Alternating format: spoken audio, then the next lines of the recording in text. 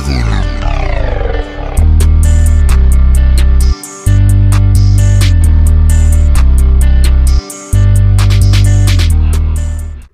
going on, everybody? Welcome back. This video is going to be a little different than every other week's, alright? We're going to be going over the trade deadline and the biggest takeaways from week 9. I'm going to stray away from going over every game since I can't watch every game. I'm just going to go over the biggest storylines of the week, alright? Biggest stuff that happened in every game. And at the end, I will still be giving my picks for next week's game for week 10 for every game, alright? So we're going to get into the biggest thing in NFL this past week, the trade deadline. It did not disappoint. It didn't.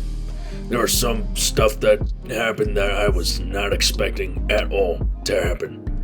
Actually, unbelievable. We're going to start with the one that caught me off guard the most.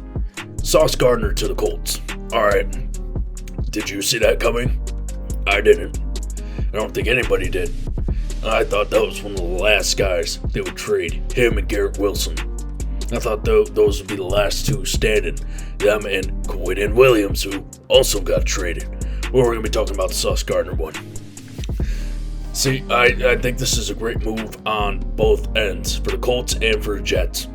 Alright, this is an all-in move for the Colts, going after a good quarterback, who, in my opinion, has seen better days.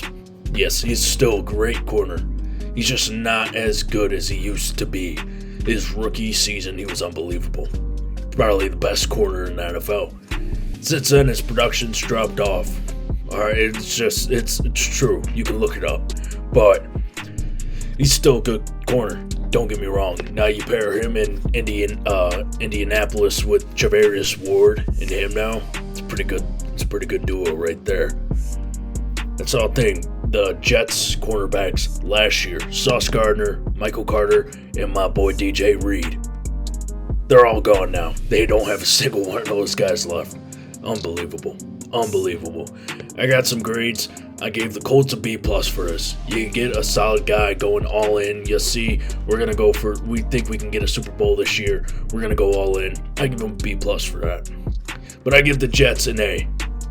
They got 2 first-round picks and Adonai Mitchell, who has had a fumble problem, especially against the Rams. I think that was the game. I think it was against the Rams. Get off me if it's not. I'm sorry. But, hey, they're building for the future, all right? They got 2 first-round picks. One of those is this year's, and then one of them's next year's. Woo! They're going to be looking good. They'll be looking good with that. That's some good draft capital right there. And you get another receiver to put across from Garrett Wilson. Pretty good stuff. Pretty good stuff. Since I already brought it up, let's get into Quinnen Williams getting traded to the Cowboys.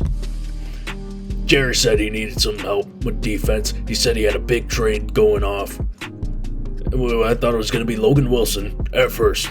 Don't get me wrong. Good player. Not great. Good player. But he ain't Quinnen Williams. He ain't Quinnen Williams. We all know that. Quinnen Williams, top 3, top 4 defensive tackle in the NFL. Game record. Unbelievable guy.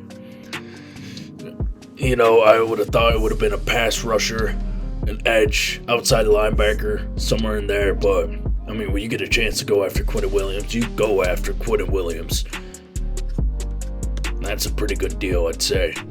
And I got grades for this one as well. I give the Cowboys a B because you get Quinnen Williams. All right. I don't think the haul that they gave up is great, but you got Quinnen Williams. I mean, dude is an absolute stud. He's a stud. I gave the Jets an A again. The Jets had a great trade deadline, even though it was a fire sale. They got a first-round pick, a second-round pick, and Mozzie Smith from the Cowboys for Quinnen Williams. They got 5 first-round picks in the next 2 years. They got 4 second-round picks in the next 2 years, I'm pretty sure. 4 or 3. And they get a replacement for Quinnen Williams at the same time. He ain't near his level, Mozzie Smith, but they get a replacement for him and a first-round and a second-round pick.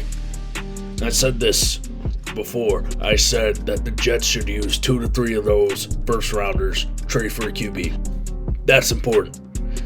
Yeah, you want to build in trenches. I hope they use those first round picks on D-line and O-line. But you use 2 to 3 of them, get your guy at QB. There might be a guy out in Arizona that might be available to trade for after these past couple weeks that he's been out and hurt. But yeah, I thought the Jets had a great trade deadline. I really do. I like what they're doing, building through the draft. They just got to have a full restart, and that's what they're doing. They realize that they're Jets. But yeah, I like that. All right, let's get into the second to last one I'll be going over. Jakobi Meyers to the Jaguars. That was one of the last teams I thought would trade for him.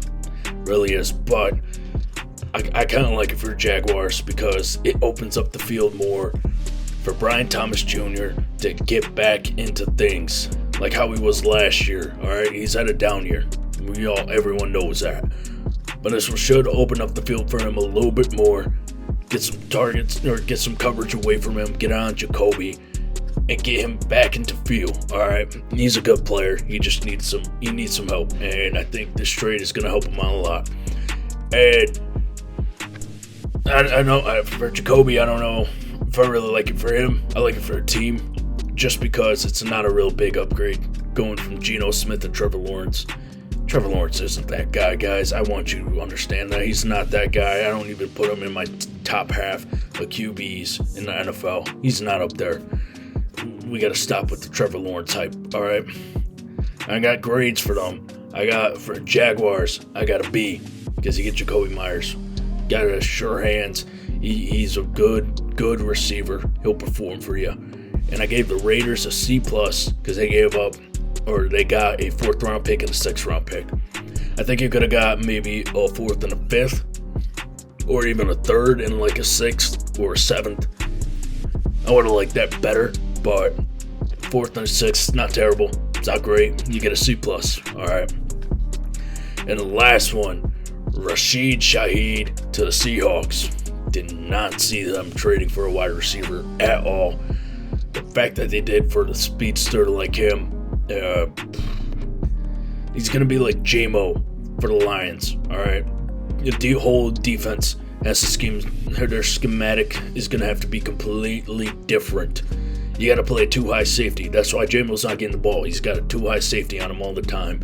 So he's not able to take the top off.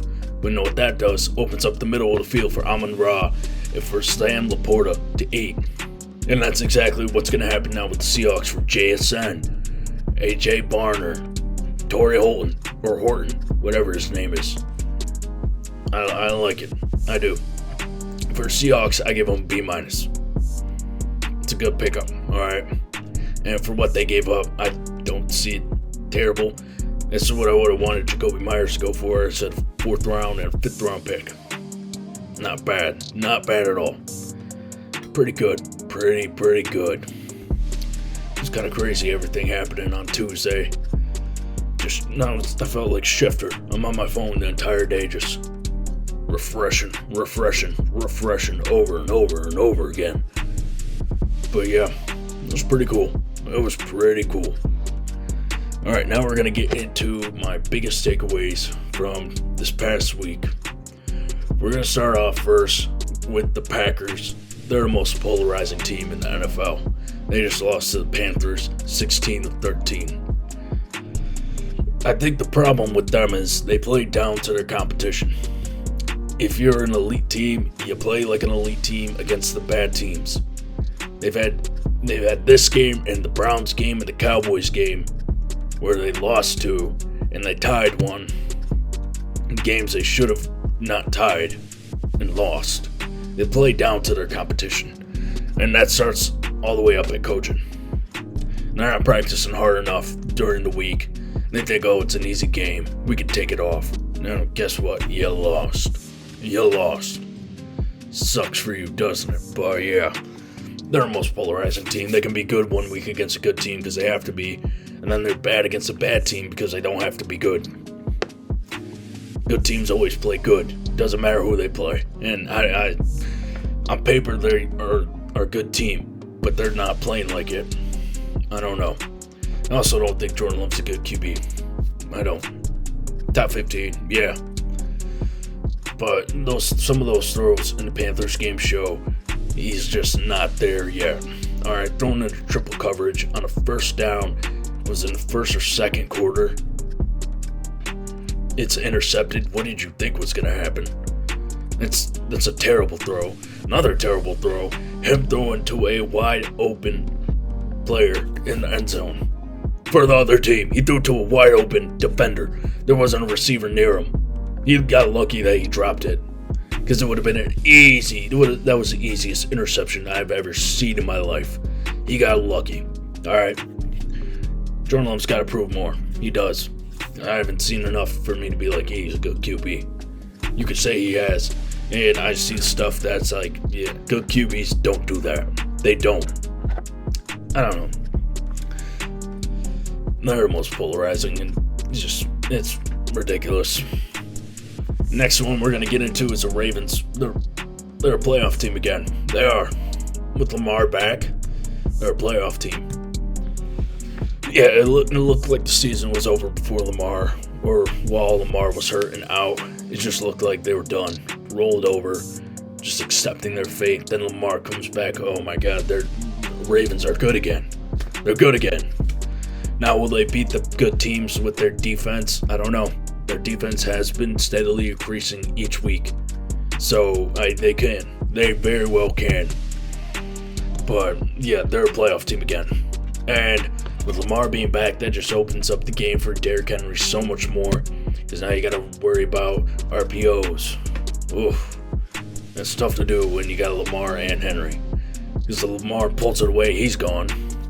Good luck catching him. If he doesn't pull it away, oh God, I got to tackle Derrick Henry. I got to tackle Derrick Henry. Lord, pray for me. Pray for me. That's what you're saying. Yeah. Not looking. Ravens were going to be a really good team going forward. They're going to sneak into the playoffs just because Lamar's back. Watch out. Watch out, especially AFC North. They're coming. They are coming. Then we're going to get into my game. Lions. There's no panic. There's no panic at all. It was just an off game. It was just an off game. All right, Minnesota had a great game plan for us. Penalties cost us. Execution cost us. O-line cost us. I'm not putting that loss on anybody other than ourselves. Just a bad game. But guess what? It was the best team in the NFL bouncing back after a bad game. The Lions. They are. I'm not worried at all. One bit. Sometimes you need a game like that just so you're ready for the rest of the season. You're like, all right, that's not working. Okay, we're going to work on it. Even though there has been things that they should have been working on that they haven't. But after a game like that, you know they are. All right, I'm not worried. The offensive line does need to step it up a little bit. They're getting a little bit injured. I'm not too concerned about it, but they got to step it up if they want to get back to form. And I would thank Fraley at offensive line coach and Dan Campbell as the coach. I'm not worried one bit. They will be just fine. So stop hitting the panic button. Everybody's overreacting like usual. Hey, we've only been good a good couple years, all right? We don't know. We haven't gotten used to this feeling of winning so much when we lose, which is normal in an NFL season. We're like, oh no, the world's fallen. The world's fallen. It's not.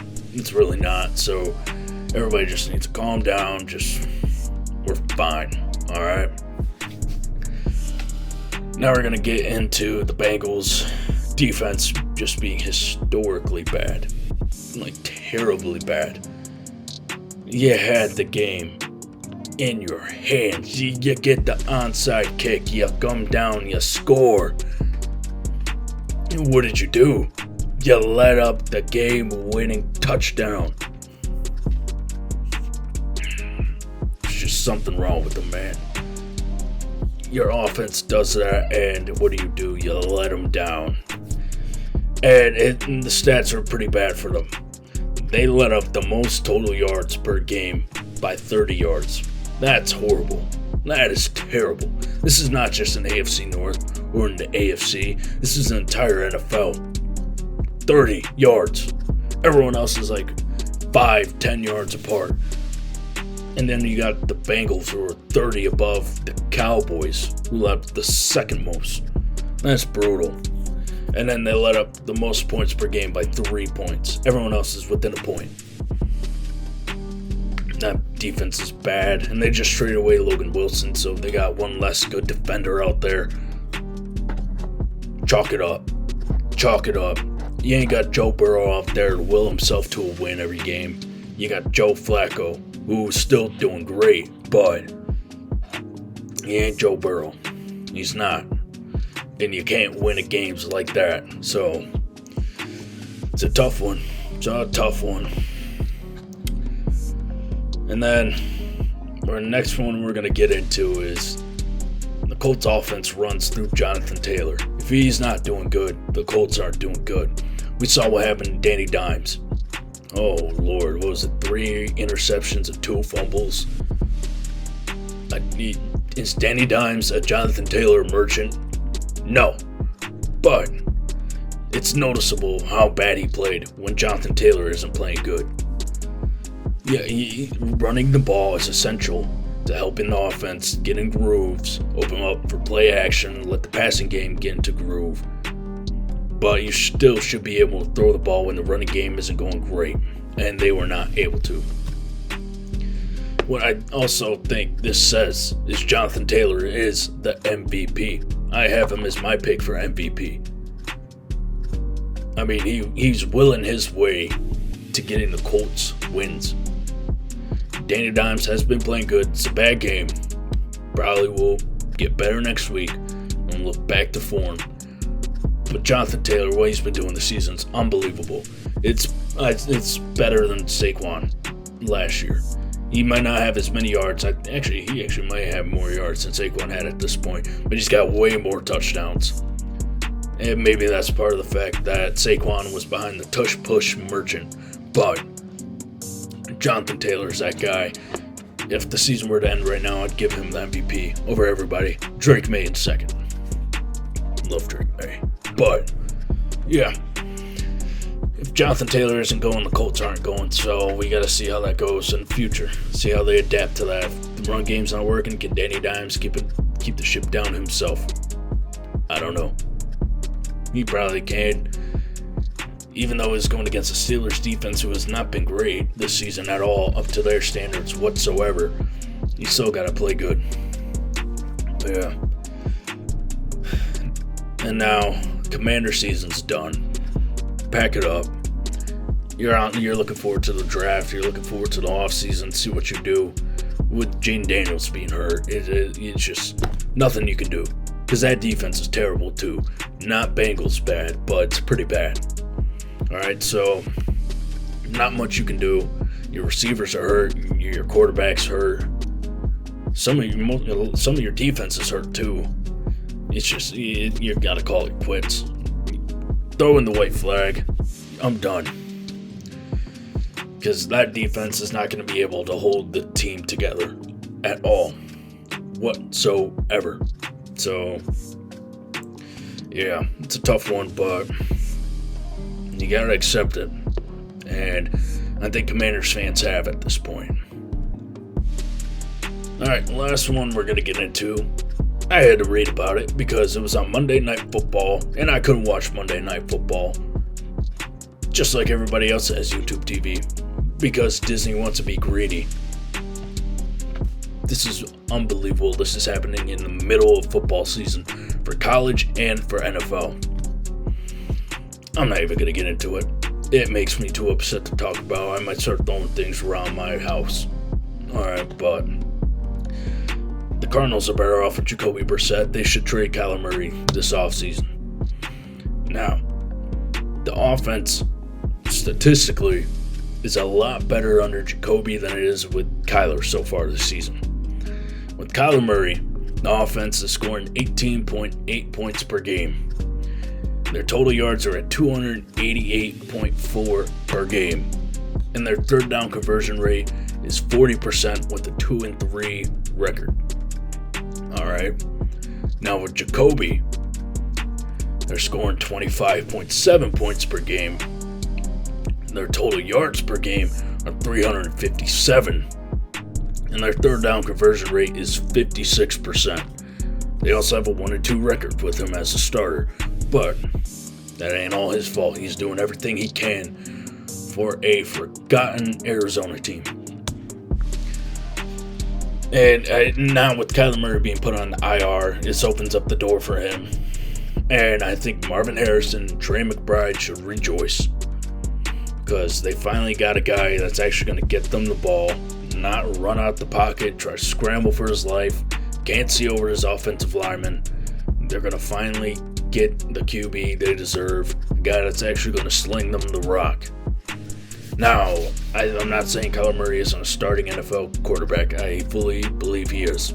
It's just right now, the way the season's gone, the way the numbers show, and the way it looks when you watch the game, the Cardinals are better off with Jakobi than they are Kyler. And I think there's a team that's just got a lot of first-round picks I could trade for a QB. Could be the answer for the New York Jets, Kyler Murray. But that's all I'm going to say on that one. Stats don't lie. Numbers never lie. Ball lies sometimes. No, it doesn't. Ball never lies. You know that. Everybody knows that. Alright, we're going to get into Week 10 NFL picks. I will be picking the spreads and the over-unders for every game. We're going to get right into it with the Raiders at the Broncos. Broncos open up at -8.5 favorites. I'm smashing that. Absolutely, especially with Jakobi Meyers gone. And how good that Denver Broncos defense is. And Bo Nix looking phenomenal. Give me Broncos -8.5. And the over-unders at 42.5. I'm going under just because I don't think the Broncos score more than 30. And I don't see the Raiders scoring more than 14. So yeah, I like the under. So give me Broncos -8.5 and under 42.5. Now we got Falcons at Colts. Colts are -6.5 favorites. I'm smashing that as well. I expect them to get back to form and be better this week. So yeah, give me Colts -6.5. Over-unders at 48.5. I'm taking over. Bijan's probably going to go pretty good. He's going to be pretty good this week. And the Colts, JT, are going to be firing. So yeah, give me the over. So -6.5 and over 48.5 points. Now we got the Jags at the Texans. Texans are -1.5 favorites. You know, give me -1.5 because it's at plus odds. I like that. I think they'll win the game. You could even do money line, but I mean, it's even. And the over-under's at 37.5 points. Jeez. I'm taking under because CJ Stroud's out, and the Texans defense is one of the best in the NFL. They'll hold the Jaguars pretty down, so yeah. Give me Texans -1.5 and under 37.5 points. Now we got Giants at Bears. Bears are -4.5 favorites. I'm taking the Giants +4.5 here. Now, you could say it's because I'm an NFC North hater. I am. But I think the Giants team's pretty good. I think Jackson Dart's going to come in firing. I think they'll do pretty good. And then the over-under's at 47.5 points. I'm taking over. I think both of these offenses are going to come out firing this game. It's going to be high-powered offense versus high-powered offense as well. One will be better. Might be the Bears. Could be the Giants. I don't know. So yeah, give me Giants +4.5 and over 47.5 points. Now we got the Ravens at the Vikings. Ravens are -4.5 favorites. I'm smashing that with Lamar back. Oh yeah. Oh yeah. And the over-under's at 48.5. Taking over. Vikings will score a lot because the Ravens defense still isn't the best. And the Ravens will score a lot too. So I think it will be a high-scoring game. So give me Ravens -4.5 and over 48.5 points. Now we got the Browns at the Jets. Browns are -2.5 favorites. Give me Jets money line at +108. This is a Jets game to win right here. It's a battle shit and shit. And I think the Jets get it done. I do. And then over-under's at 37.5 points. Give me the over. I don't know why. Browns defense is really good. Jets offense is alright. Their defense is not that good this year, but I like the over. They're going to do it. Give me Jets money line and over 37.5 points. I like it. Now we got Saints at Panthers. Panthers are minus 5.5 favorites. I like that. I do. The Saints aren't good, and they got rid of their best receiver, or second best receiver, and an offensive lineman. It's going to be tough for them. So yeah, I like Panthers at minus 5.5. Over-unders at 39.5 points. I like the over just because the Panthers do have the ability to score a lot of points. They normally don't, but they can. A lot of people doubt them, but they can. And that's just low points. So yeah, Panthers minus 5.5 and over 39.5 points. Now we got Bills at Dolphins. Bills are minus 9.5 favorites. I'm taking that. They're going to pound them down 100%. Over-unders at 49.5 points. I'm taking the over because it's a rivalry game. They're going to run up the score. Dolphins may score some too, but not nearly as much as the Bills will. So yeah, I like that. Now we got Patriots at Buccaneers. Bucks are minus 2.5 favorites. I like Patriots money line at plus 120. I do. I just think they're a great team. I think they are exceeding expectations so much this year. And I think Drake May is going to come in against a Buccaneers defense that isn't the best. He's going to show why he's the MVP. Yeah, give me Patriots money line. Over-unders at 48.5. I'm taking the over. I think both these teams will score a lot, but I like the Patriots in that. So give me their money line at plus 120 and over 48.5 points. Now we got Cardinals at Seahawks. Seahawks are minus 6.5 favorites. Taking that. As of right now, I think the Seahawks are the best team in the NFL. So minus 6.5, absolutely. Over-unders at 45.5 points. I'm taking over. Because I think the Seahawks can score so much. And I think the Cardinals will still score a decent amount, even though Seahawks got a great defense. I just think it'll be a high-scoring game. It's a division game. They're gonna. So give me Seahawks minus 6.5 and over 45.5 points. Now we got Rams at 49ers. Rams are minus 4.5 favorites. Taking Rams minus 4.5. Last time I took them as a favorite, they lost. They're not going to do it again. They're not. Against the 49ers. Give me that. Over-unders at 49.5 points. I'm taking the under just because Rams will score a lot, and I don't think the 49ers score a lot against this Rams defense, which is getting better. So, yeah. Give me Rams minus 4.5 and under 49.5 points. Now we got Lions at Commanders. Lions are 8.5 favorites. I'm smashing that with all of my life, especially with Jaden Daniels out and how bad that Commanders defense is. And the Lions going to have a bad taste in their mouth. They're going to come out firing this game. And the over-unders at 48.5. I'm smashing over just because the Lions are going to run up the score. They're pissed. They're mad about how last week was. And the Commanders won't score that much, but the Lions might score it all themselves. Yeah, give me Lions minus 8.5 and over 48.5 points. Steelers at Chargers. Chargers are minus 3 favorites. I like that. I think it will happen. It will be tough with their injured O-line going against a good Steelers front, but I still like them at minus 3. And the over-unders at 45.5. I'm taking the under. Just because I think it's two good defenses on paper going against each other. Both offenses can score a lot, but they haven't really been, so I like the under. So yeah, give me Steelers minus 3.5 and under 45.5 points. And then we got the Eagles at the Packers. Packers are minus 2.5 favorites. Give me Eagles money line at plus 116. Eagles are a way better team. They don't play down to their competition like the Packers do. I think they come into Lambeau and give them back-to-back losses at home. I like that. And over-under is at 44.5 points. I'm taking over. I think both their teams will score a good amount, but the Eagles come out on top of that. So yeah, give me Eagles money line and over 44.5 points. And that's the video. I appreciate you watching all that. Make sure to like and subscribe, and I'll see you next week.